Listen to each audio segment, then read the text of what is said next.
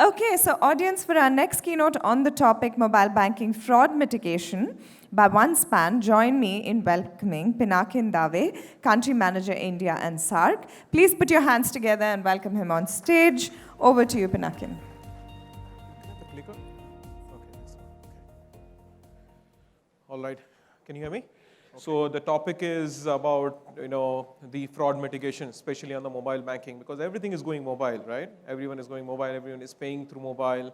Mobile payments are there. So you all must have heard that there are monies are getting wiped out. Even someone is not sharing the OTP. How many of you have heard those kind of frauds, which is it, right? Great. And then you have those someone asking you for some KYC to be done, accounts getting blocked, and then after that you give some remote session and then your money is wiped out. Those are the common frauds which are there. So if the usage and the convenience of mobile is going high, so as the fraud. Any guesses how many malicious apps on the mobile front, which is how many getting detected daily basis? Just a wild guess. How much? Few hundred? Is it working, not working? Yeah. 24,000 on a daily basis. Globally, not just in India, but globally. But anyways, we are part of the global team, right? So, there are like millions and millions of malwares are there. Instances are coming out every time. 600 mobile frauds increases, 600% mobile frauds are increasing.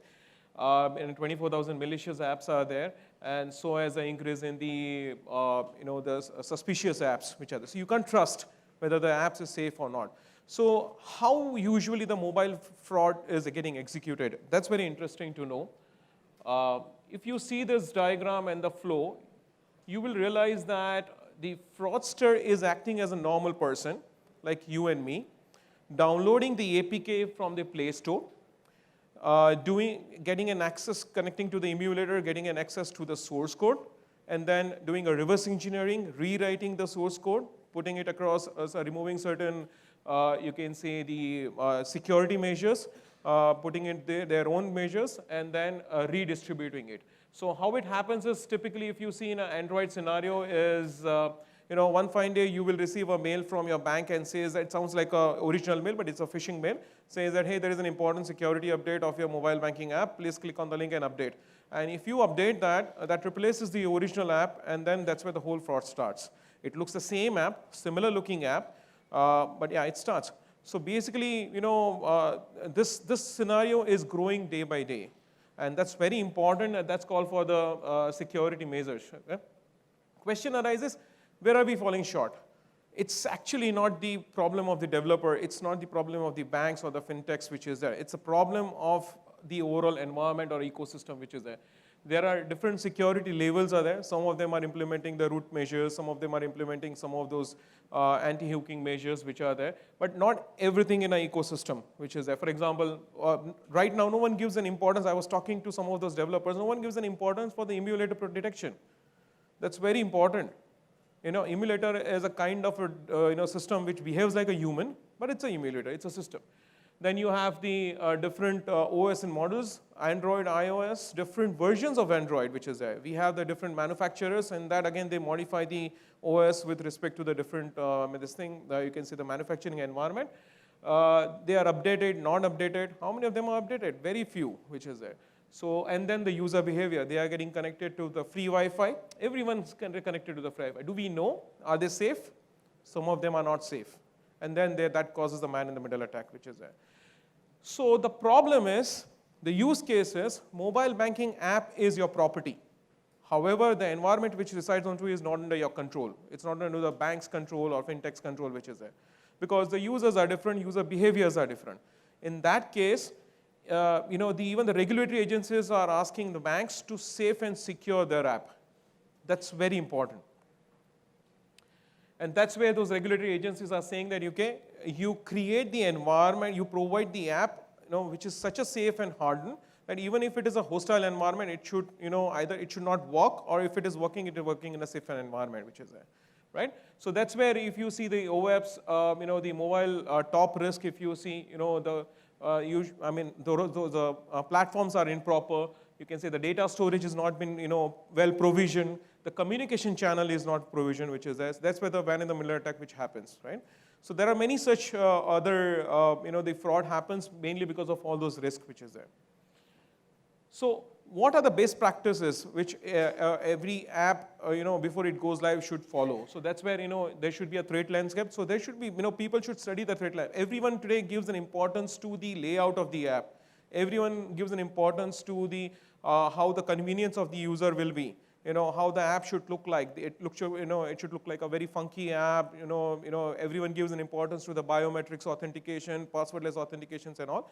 But it is important to study the threat landscape. Threat landscape from the OS, threat landscape from the devices.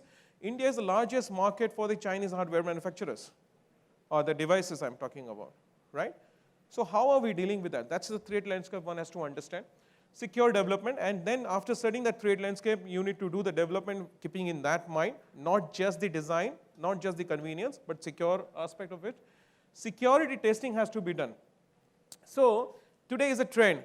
Your developer will go and test the device is rooted or not.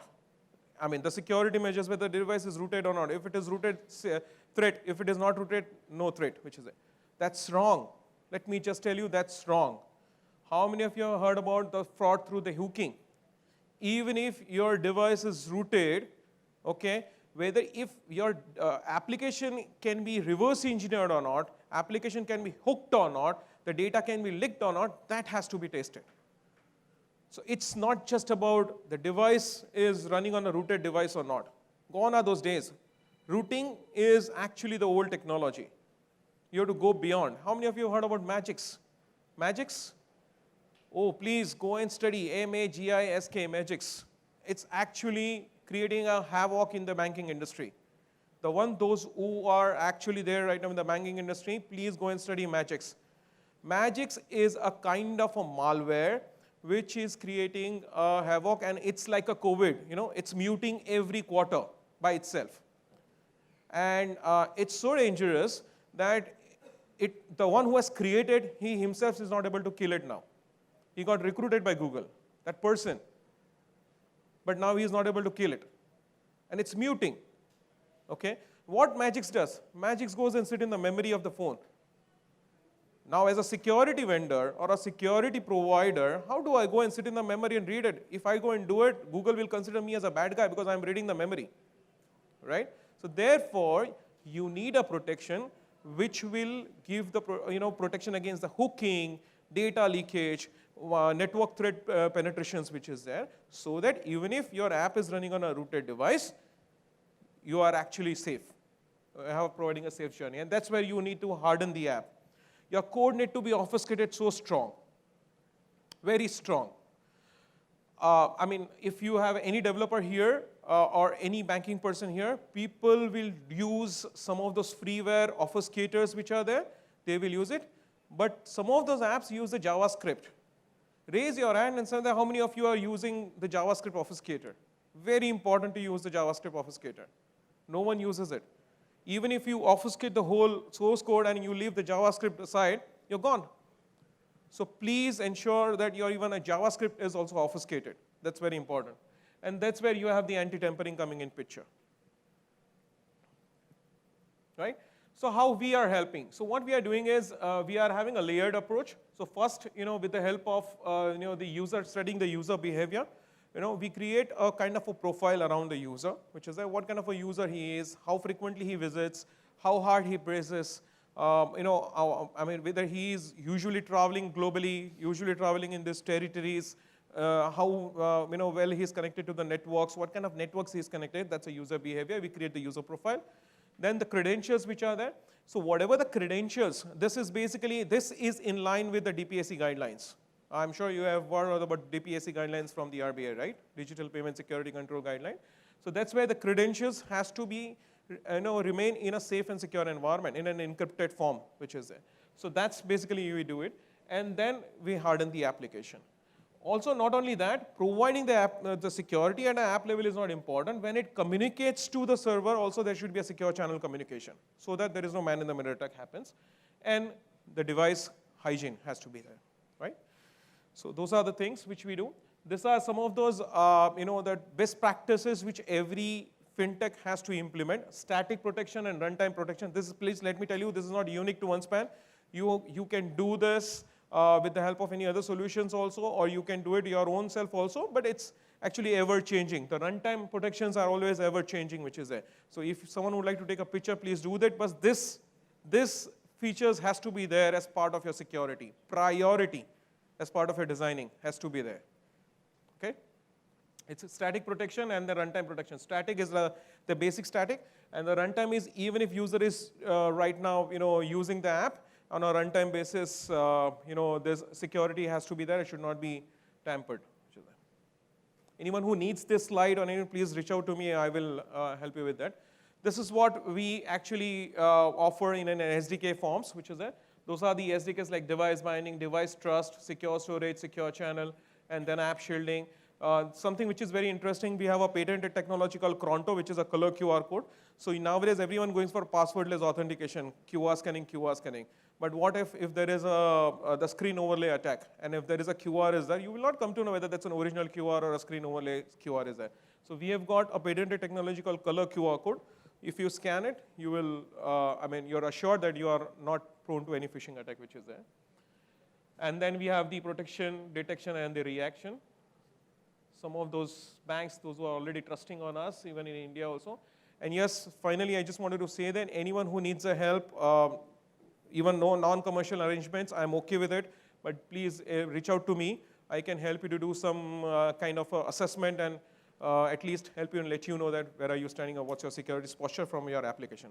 So with this, I have 3 minutes in hand. Anyone who would like to ask any questions, if there are any, please let us know. Any questions? Yeah. So this solution is meant to be implemented by the bank? Yes.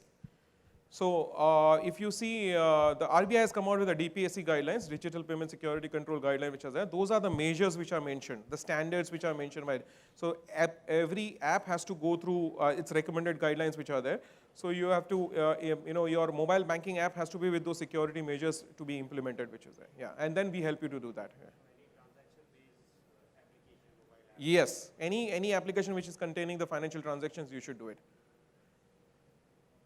Right? For example, let me just tell you that how its solution this protects it.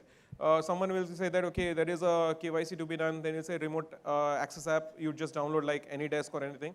The moment you download it, and if the fraudster tries to access your app, it will go blank. The screen will go blank. That's the one thing which is there. Second is if your user is connecting to some malicious network, okay? There is a man in the middle network someone is trying to do and intrude into your app and financial transactions, trying to hijack it. It will stop it. The app will not run. It will exit, which is there. So therefore, you are at least safe. Yeah.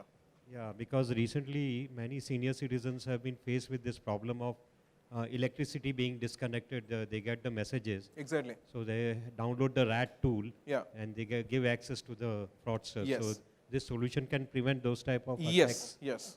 If you have any app related to that, we can protect you with that. No issues. Yeah. Yeah. Thank you. Yeah. All right. Yeah, please. This Magisk which you're mentioning, was it originally meant to cause harm or was it a constructive tool which was created? Sorry, I didn't The get Magisk which you were mentioning, yes. Yeah. was it originally created to cause harm or was it a constructive approach which turned out detrimental? This was originally created to harm. Because I find there are sites, magiskmanager.com, download Magisk and all that. Sorry? There's a site called magiskmanager.com, download Magisk Manager, get pass the root access and all those things. That's what I'm saying. So it's originally to create a harm. So if you pass the root, and then you can get into the hooking framework, and then using the FRIDA framework, you can hook it, and then you start leaking the data. There is a free download available, right? It is actually a malware. It is a malware. Right. Yeah, which is it. So very deceptive. Again, this is the old one which you are saying it. Currently is Magix Delta, which is there. So Magix Manager was there, then Magix Hide, and the Magix Delta, which is there. So it's like, it's actually, if you go and ask any bank guy who is owning the app, it's a headache for them for the Magix, which is there. Yeah. Yeah. My question here, Yes, from IDBI. Actually, so when coming back to his point, basically your application, this SDK, will has to be embedded by the mobile developer, the application developer, rather than the bank, basically, because all these developments happen through a Right. third party, right? Right. So who owns this? Whether the assessment will be independent of that, and then we can check whether all those controls are applied. So that will help assessment, or it is just that by default all those DPSC guidelines will be. Yeah, that's a fantastic question. Actually, so the acquiring or meeting those guidelines is a bank's responsibility. Okay, bank has to tell the developer saying that, hey, look, these measures has to be met. Okay, how you meet, I don't know. And that's where those evaluation of the solutions is a bank responsibility, and then give it to the developer to integrate the solution. Testing has to be done by our independent pen testers. That we do. That we do. Yeah, Yes. that's how it is. You talked about the obfuscation of JavaScript as well as the Java code of the Android application. But what will be your opinion about the SMALI code, which is getting converted with the Java code, similar to the computer code getting converted into assembly code? Right. And Okay. secondly, in case of Magist Manager, it was bypassing the device manager verity code. So what will be the comparison of such applications while they are getting executed in the memory, and how will you protect the memory injection in such scenarios? Exactly, that's what I'm saying. It. So if I go in, so I'll take the second one, and then first one we can take it offline because it's a longer one, which is, and we are already up on time.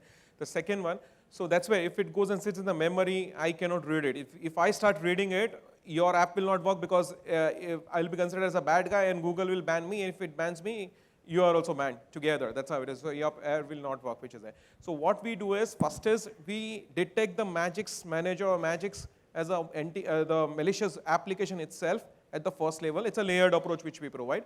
Second is, so once it is detected, it kills it, one thing. Second thing is, so, you can decide the approach where you say that if there is a Magix present onto the device, exit the app. Don't do it. So we are actually protecting the app which is there. So we are not going and reading the memory and cleaning it. No, we are not there. And third is, even if you say that, okay, Magix is there, I'm okay, but my app should not be tempered. My app should not be hooked. My app should not be prone to any kind of a fraud. That is the third layer we are offering it.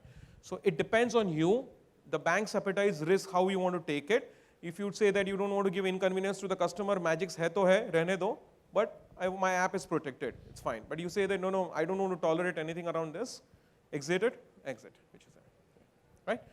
Okay, guys, thank you very much. Thank you, really appreciate your time.